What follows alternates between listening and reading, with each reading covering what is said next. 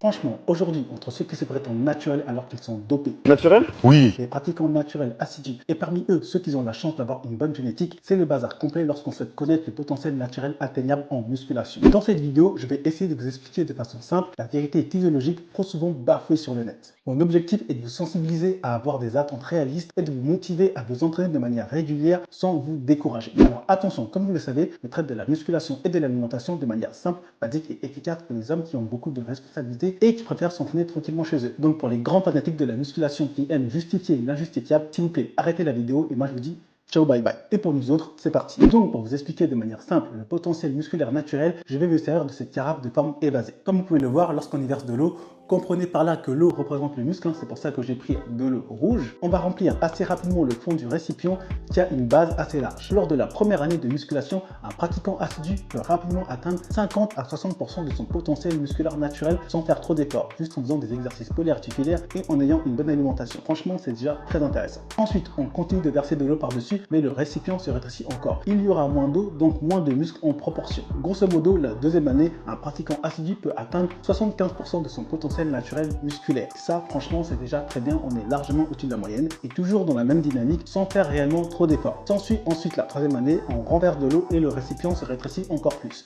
On atteint alors 80 à 90% de son potentiel naturel musculaire. Et là, franchement, c'est déjà excellent, c'est un excellent résultat. Surtout si, comme moi, vous êtes un homme avec beaucoup de responsabilités, un travail, des enfants et d'autres choses à gérer, franchement, atteindre 80 à 90% de son potentiel musculaire naturel, chapeau. S'ensuit ensuite la quatrième année, donc on continue à y verser de l'eau et le récipient se rétrécit encore plus. La contenance est très faible par rapport au début. On atteint alors environ 100% de son potentiel musculaire naturel sans utilisation des produits dopants. Donc c'est très bien. Néanmoins, pour moi, à ce niveau-là, ça concerne surtout des personnes qui ont pris goût à l'entraînement et à la diète et qui cherchent à tout optimiser pour avoir le meilleur physique naturel possible. Dans ce cas-là, vous vous en doutez, il faudra se préparer à dédier une grande partie de sa vie à la musculation pour avoir des résultats très minimes. Et oui, on peut toujours tenter d'y renverser du muscle, mais la carafe étant pleine, il s'écoulera sur les côtés. Et cela image la grande perte de temps et d'énergie de continuer à s'entraîner de manière intense en espérant des miracles, sauf si, bien entendu, dopage. Donc là, vous rentrez dans une toute autre catégorie.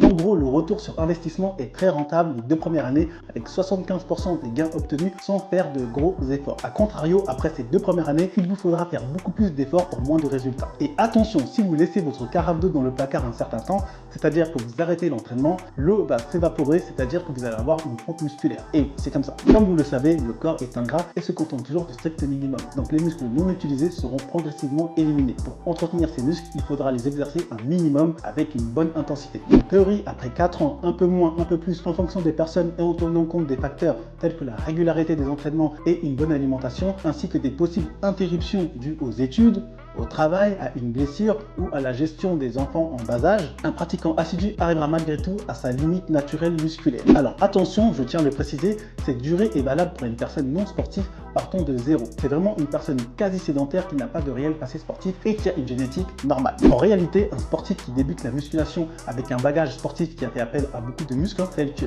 la gym, la boxe, ou l'athlétisme par exemple, verra cette durée limitée vu qu'il possède un capital musculaire plus ou moins conséquent. Mais par contre, la progression sera moins importante vu qu'il ne part pas de 0,1, il part à environ à 50, 60, voire 65% de son potentiel musculaire naturel. Et de plus, dans le cas d'une bonne génétique, la progression sera d'autant plus facile et rapide pour atteindre un excellent niveau. Dans tous les cas, retenez que la construction musculaire diminue avec la progression musculaire, car plus il y a de masse musculaire, plus le corps doit fonctionner en 2 temps. Dans un premier temps, il doit préserver la masse musculaire déjà acquise, puis dans un deuxième temps, en construire de la nouvelle. Pas cool me direz-vous, mais c'est comme ça. Il faut simplement en prendre conscience et en tirer des conclusions, notamment sur l'ajout du volume de l'entraînement progressif. Et évitez de tomber dans le piège d'un entraînement trop intense lorsque vous aurez atteint un certain niveau qui ne serviront qu'à vous épuiser physiquement et psychologiquement. Par exemple, je vais parler de mon cas. J'ai commencé la musculation à mes 31 ans et j'en ai 35 aujourd'hui et 36 dans un mois et demi. Mon passé de breakdancer, discipline que j'ai pratiquée pendant plus d'une dizaine d'années et qui est une discipline très intense qui recrute énormément de muscles,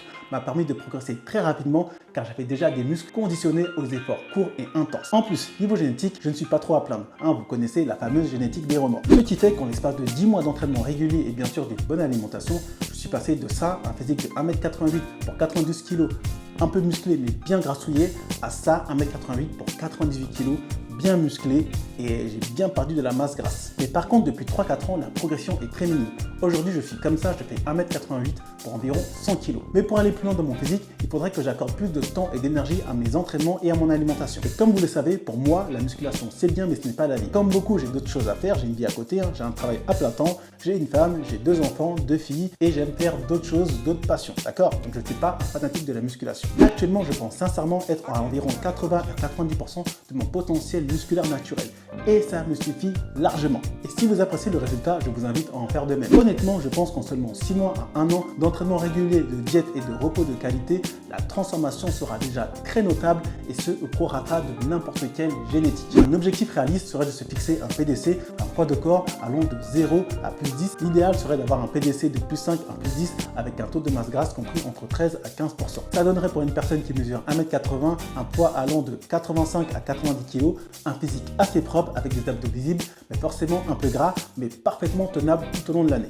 Après, bien sûr, ça ne concerne que moi, ce n'est que mon avis. À vous de trouver votre compromis, votre propre appréciation visuelle et le meilleur juge. Donc voilà pour moi, voilà pour cette vidéo. J'espère qu'elle vous a été utile et qu'elle vous a permis d'y voir un peu plus clair sur le potentiel naturel musculaire atteignable en musculation. Si c'est le cas, on n'hésite pas, on like, on partage, on s'abonne. Et si vous voulez plus de renseignements sur le terme PDC que j'ai utilisé lors de cette vidéo et plus de détails sur ma transformation physique, je vous invite à aller voir les 2 vidéos ci-dessus.